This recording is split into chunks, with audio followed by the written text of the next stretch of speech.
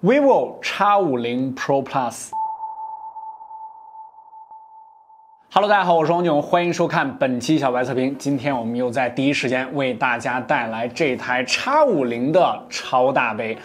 这台机器呢，有一个我个人非常期待的一个亮点，那就是三星 GN1 这颗5000万像素的镜头了。之前咱们说机圈地表最强主摄 MX700 只有一颗，那么现在有2颗了。博客观点体验小白测评 X50 Pro Plus 马上开始。之前它的大杯型号这个 X50 Pro 呢，我们给大家做了一个体验对这台机器呢，其实我个人觉得颜值还有就是体验上呢还是不错的这个超大杯呢，这次被誉为 X50 系列性价比最高的手机。对，你没有听错蓝厂的超大杯是这次它型号里边性价比最高的。机器咱们先放到旁边，配件方面呢其实非常传统，是5件套，额外呢多送了一个耳机。充电器方面呢，它是 Fast Charge 的 2.0， 最高呢能到44瓦，不过它这个充电器是最高呢到55瓦的这个瓦数。OK 咱们先放到旁边。机器方面呢，我们已经是体验很有一段时间了，对这个机器还是比较了解的。超大杯一上手的第一感觉呢，首先在外观 ID 上，他们俩的设计风格呢是一样的只不过我们手里这个颜色不同我们这个颜色叫引力其实它是有一点那种深蓝蓝灰的那种感觉外边带这个 AG 的磨砂工艺，比较淡摸起来还是非常舒服的。重量上面呢是要比这个大杯稍微的重一点点，这个192克。不过在旗舰机中，这个190克也算是非常轻的一个重量了。厚度方面也要稍微厚一点，是8.83。我觉得这个厚度呢，主要就是为了首先增加一点电池，还有就是在镜头方面为这个 GN1 这个超大底的镜头留出更多的空间。后背的 ID 上呢，还是这种非常简洁的这种模块化阶梯式的这么一个设计。它是分成了3袋在我们年终的横屏的时候，不知道那期视频放没放这个超大杯的 X50 Pro Plus 后背的颜值是得到了我们内部一致的好评，获得了第1。我个人觉得，在今年的旗舰机中，它这个后背的设计，尤其是镜头模组的设计，是非常漂亮的，非常精致的，就是没有刻意的去给你搞一个特别大的这种模块化的设计，而是简洁到位，然后该有的4颗镜头全部都给你摆上了。整体的这个 ID 设计呢，还是非常精致的，而且同样它可以立住。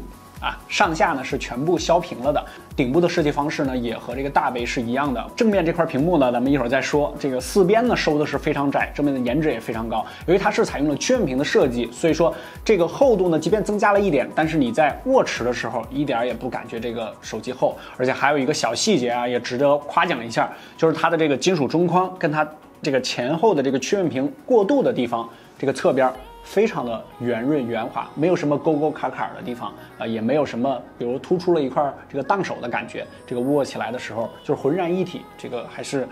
非常精细的一个边框的设计。设计上呢还有一个细节，就是顶部这个听筒它是一个微缝式的，这个是之前三星的顶级旗舰上用的一个技术，vivo上这上面也有，而且呢它是外化的，也不是屏幕发声，那个比较容易漏音这一点上还是很细节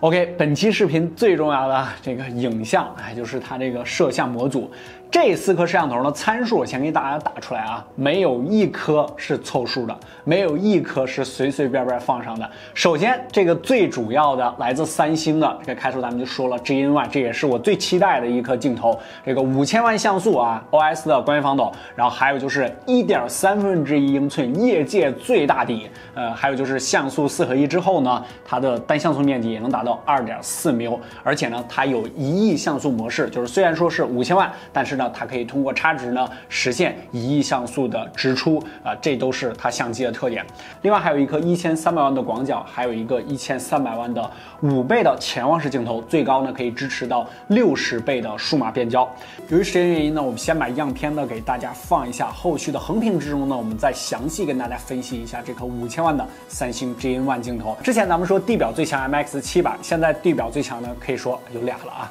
当然，在软件的体验上呢，我们在使用 vivo X50 Pro Plus 的相机的时候呢，调教也是非常不错的，就是在顺滑感上呢，其实也做了明显的优化。屏幕方面呢，这次也是直接给你干到顶了，是120赫兹，然后240赫兹的触控采样率，同样支持这个视频的插帧技术这个就不用多说了，这个业界最强了，就是顶级的这一波旗舰呢，都是用的这个120赫兹的这块屏幕。在我们这段时间的体验之中呢，整体的素质也是非常的高，无论是色准啊，还有日常的体验上，还有就是大家比较关心的，就是 FunTouch OS 对于高刷的支持上，这台机器明显也是做了优化的。因为之前呢，这个有些机型啊，有些型号，有些品牌，就是它这个机子虽然说是高刷，但是系统的底层上呢，并没有做很好的跟进，所以说让你平时在使用中感知并不强。但是这个无论是在日常的滑动中，还有就是比如说设置啊，还有就是上滑返回啊，这些小的这个动画的细节上面，也明显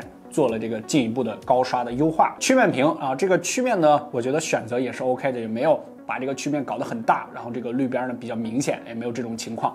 OK 另外呢就是硬件配置方面了。为什么说这次Pro Plus 性价比最高？是因为全部都给你干到顶了之后，然后这个价格呢也维持在了这个5000元单位。它是骁龙865的这个机型 LPDDR5 UFS 3.1 标准的旗舰配置，而且电池方面呢给你上了一个4350毫安时的一个电池，这个电池也是够用的当然呢也有一些小细节，比如说扬声器，它是这个底部的一个单扬声器的一个设计 ，NFC 这个全功能的这台机器肯定是大旗舰嘛，就是标配的。然后还有就是这个刚才提到的视频插针，它和这个国内的几个主流的视频网站呢是有这个官方合作的，所以说在上面看这个视频的时候，可能在算法上呢有进一步的这个优化。